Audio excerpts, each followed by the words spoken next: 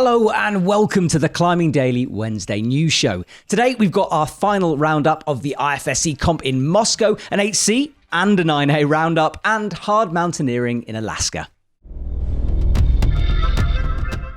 Hey Matt, good to have you back. Thank you, very good to be back. Awesome news show last week. Great watching that from you guys. Thanks. It was good not watching you, but hearing you this time in Russia. I know. I feel like all I did was just talk all week, so it's nice to actually be back on film chatting to you guys. But we are going to be doing an IFSC roundup now because you guys covered the bouldering and speed. Now it's time of the lead and the combined.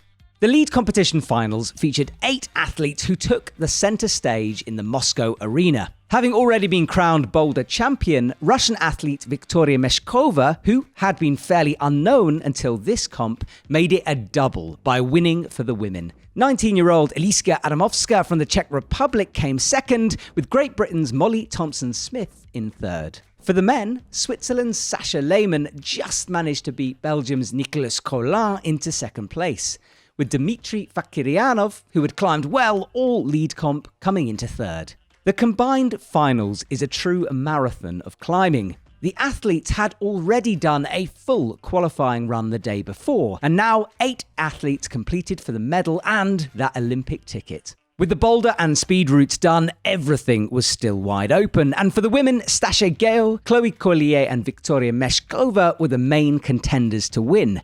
Stasa put in a great fight, climbing high and then having to sit back and wait to see how the others would perform. Chloe didn't do quite as well as expected, while Viktoriia topped the route. If Molly Thompson-Smith or Eliska Adamovska topped the route and beat Viktoriia's time, then Stasa would be champ. If not, then it would be Viktoriia. Molly fell, but Eliska clipped the chains and had done it faster.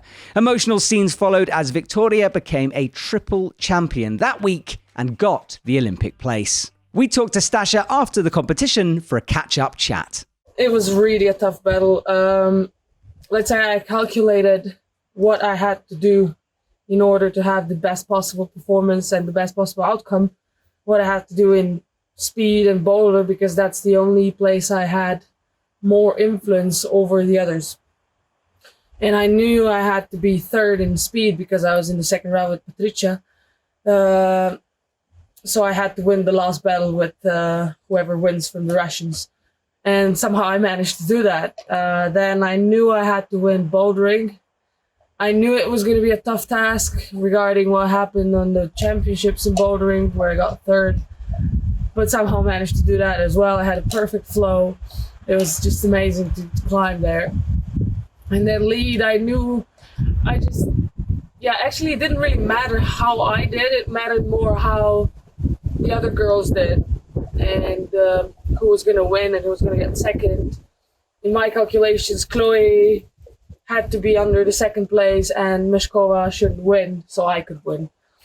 And then even if Chloe's appeal wasn't there, she would have been fourth, so it wouldn't matter for my own result.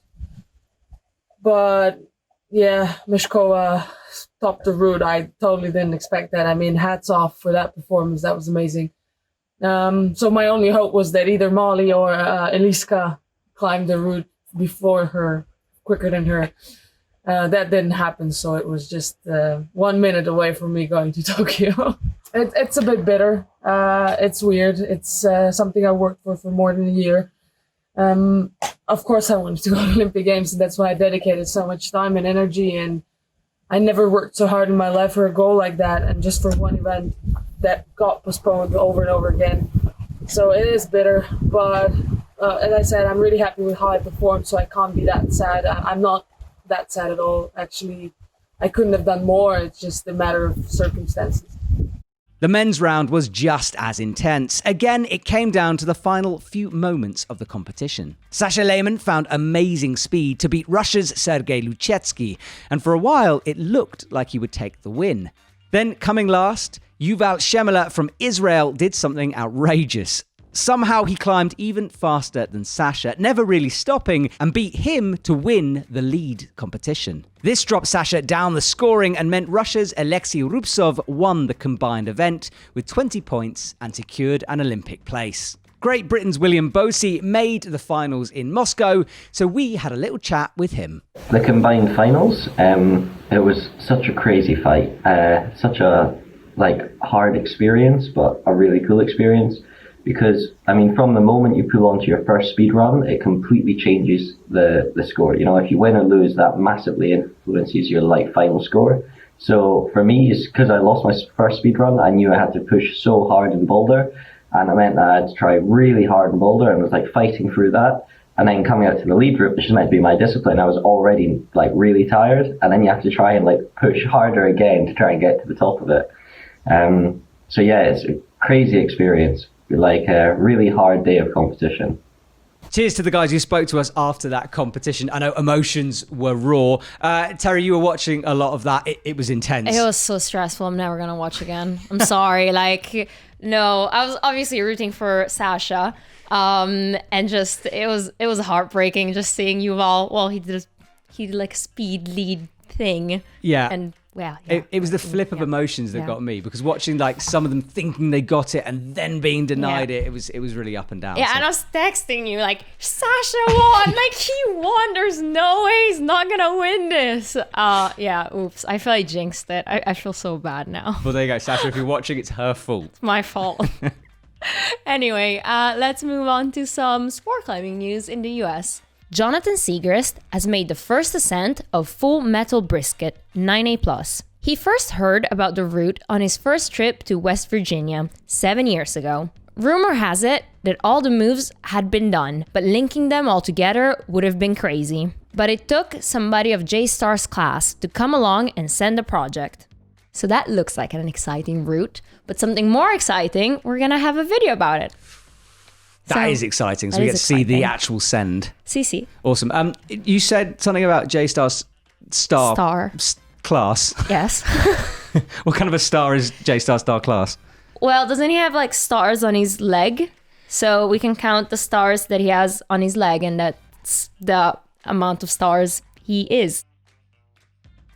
Right, I'm with you. His tattoo thing. Okay, yeah. J-Star, if you're watching, how many stars on your leg so we can give you a star rating?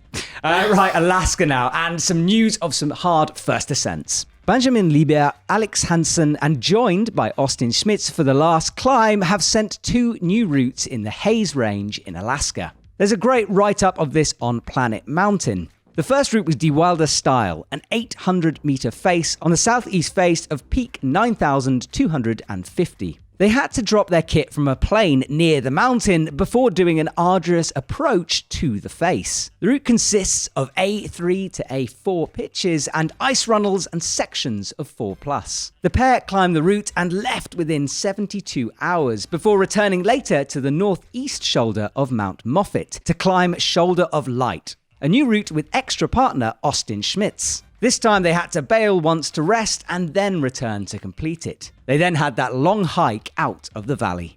So 2 new routes, and I especially like their style of doing that lobbing it out the plane, because I think that this could be utilised here in the Chamonix Mountains. I disagree. Because, well, first of all, it's bad for the environment. Mm-hmm. Second of all, I mean, you're going up a mountain. Might as well start from the valley, go up a mountain, bring your stuff. Suck it up. Right, bad for the environment in Chamonix. But for those guys, they had little option but to do the plane drop. But yeah, I was thinking more like drone in the Chamonix Valley, right? Like drone the kit in to the base, and then you just sort of stroll in trainers, pick up the gear, and off you go. Can you even fly a drone around here? It's dodgy, I will admit. Okay, fine. Maybe it won't work. I'm out.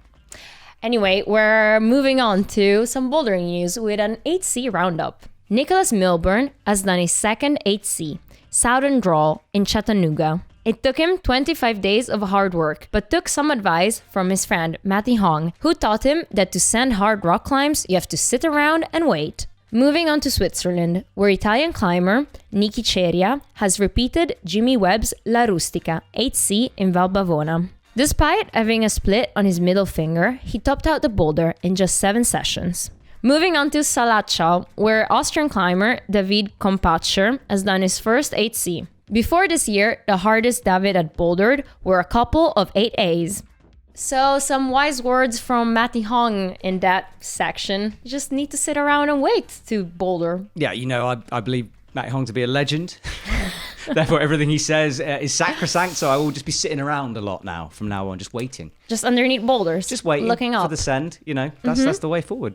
I love what you said at the end about those couple of AAs. That's a heck of a step up from AAs into 8C. Yeah, but again, this year was, besides a weird year, but it's boulders on granite, and it's probably just a lot of finger workouts and stuff like that. So everybody got to do those more because of Corona. I think that's a good point. Because they're all inside. They had to train all these pros. They've all just come out with this unbelievable strength. So maybe that's it. Right, I've got 8C plus news just to trump your 8Cs. Fine, add more. 8A.nu reports that Reichi Kamayana has repeated Sanctum, an 8C/plus boulder in Japan. It took him 5 days in total to climb the steep route, and he's not 100% on the grade, thinking it's somewhere between that 8C and 8C+. So a bit on the fence with the grade there, but I mean, it's always this 8C splash / 8C plus thingy that I love so much. Why can't they just commit to a grade? So we can put them on the counter. Exactly. Now we just have to have this debate, this whole thing. I just think it should be 8C plus, and that's it.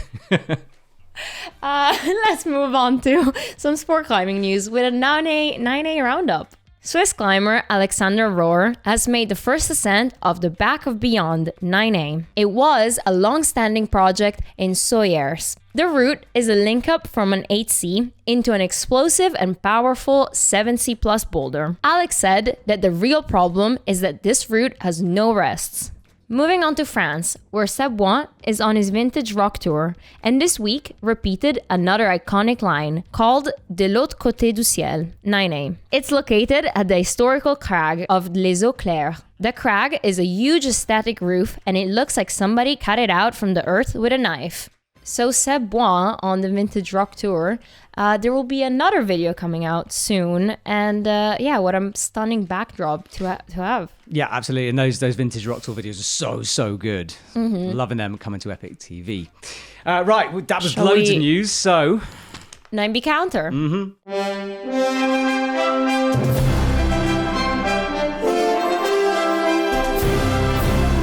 Okay, so we need to have this chat. Roach is 8C/8C plus. What is it? He's on the fence. No. I want to stick it on. I want to stick it on. I know, but we missed an 8C plus that you can stick on, and it's from Niki Cheria.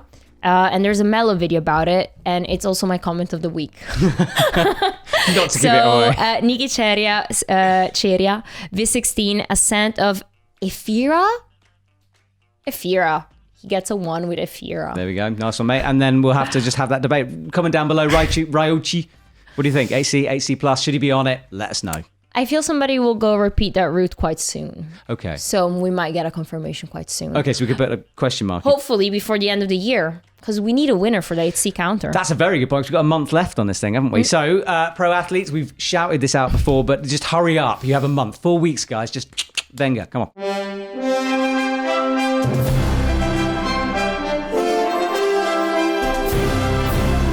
Hi guys. Hello. How you doing? Good. Good job so far. Thank you. Thanks. Really impressed. I'm quite jealous of your hat. It's fairly cold in the studio. You thought ahead there. Yeah, indeed. You got a hat? I do. I'm not wearing it though. I'm not wearing a hat. That's silly. Why aren't you wearing your hat? I can't. Ponytail. Only girls know. You could wear your helmet, your Pets Will Borrow helmet. That's a low ponytail. This is a high ponytail. Right, okay. Right, I'm here to talk about medias. This is important. Basically, the media this week is pretty good. One of them is the Climbing Daily Show, produced, I would like to say, by our very own Teresa Corti. Here's a little clip. It's Julia Chardonnay doing what she does. Bonjour mademoiselle Julia Chenardi. Bonjour. Comment ça va ce matin? Bah ça va bien. C'est reparti pour une journée à Saint-Léger.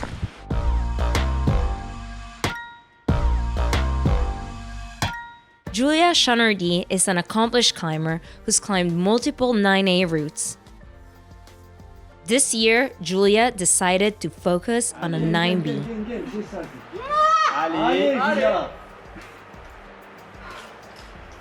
Allez, Jules. Allez, ramène. Allez, allez, allez, allez, allez, allez, allez, allez, allez, allez, allez, allez, Jules. Allez. Allez, Jules. Allez, Jules. Allez. Ouais. C'est bien ça. Hier, tu as mis des essais prometteurs. Ouais, j'ai mis un bel essai là qui m'a bien motivée. Là, du coup, j'ai juste hâte d'y retourner. Puis on verra bien. Hein. So that was Ego 4 or Egil 4, whatever the hell it is. He screams loud in French, apparently. Yes. You discovered that one. He does. That was a nice little story. Very good. She's a very good climber. Yes, Who indeed. has braids or what are they called? No, she has a bob. No. She used to have Dreads. Dreads. Yeah. Is she? Full dreads? No, it's braids. What's the difference? Dreads are... Oh, wait. Some people with dreads might be watching this. When Trent's thinking about that, I'm going to queue up the next video. The next video is from EpicTV España. It's about an old guy in Spain who makes bolts on walls. It's very interesting and very good, his little clip.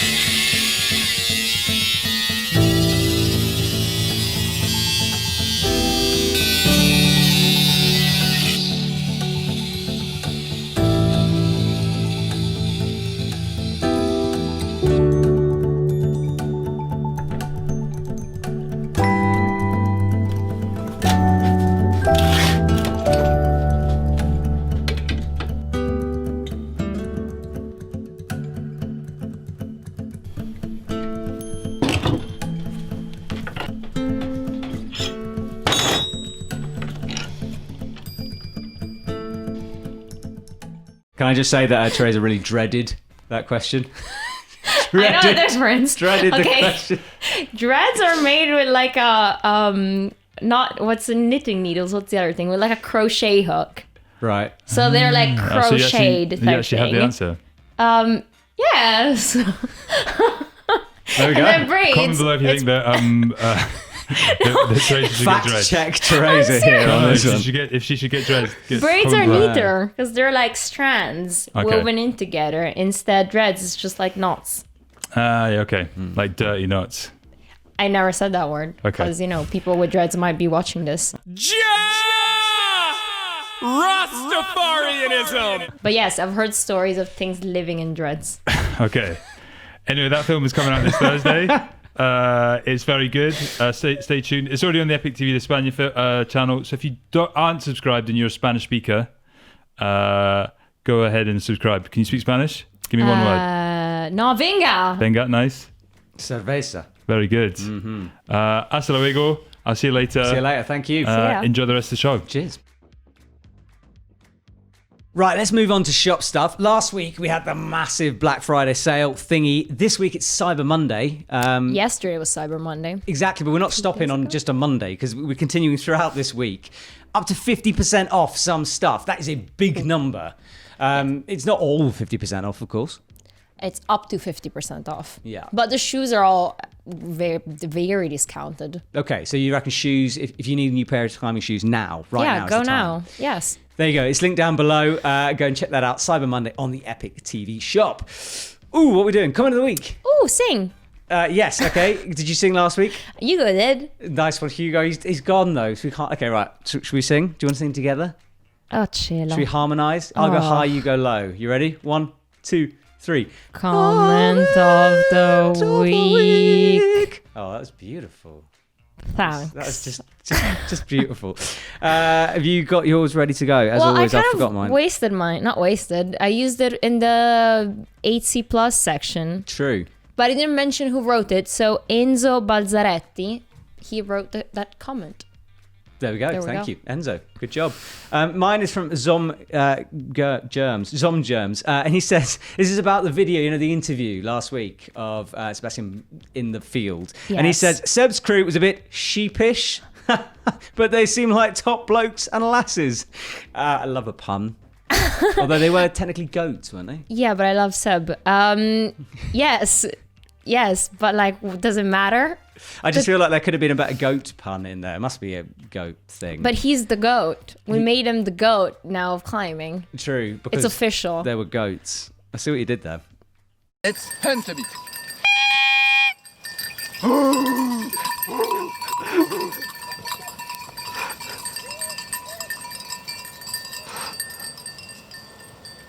Okay, good. Right, that's it. All done, I think. Yes, something else. Weekends. Well, what are you doing this weekend? I don't know. I'm looking out the window and it's snowing, so I might try to ski if there's enough. Ooh. We'll see. Yourself? I decided I'm moving because I cannot do cold and snow. Okay, so Teresa's out of here. I'm skiing. There we go. Thank you guys for watching. Make sure you subscribe if you haven't, and we'll see you next week.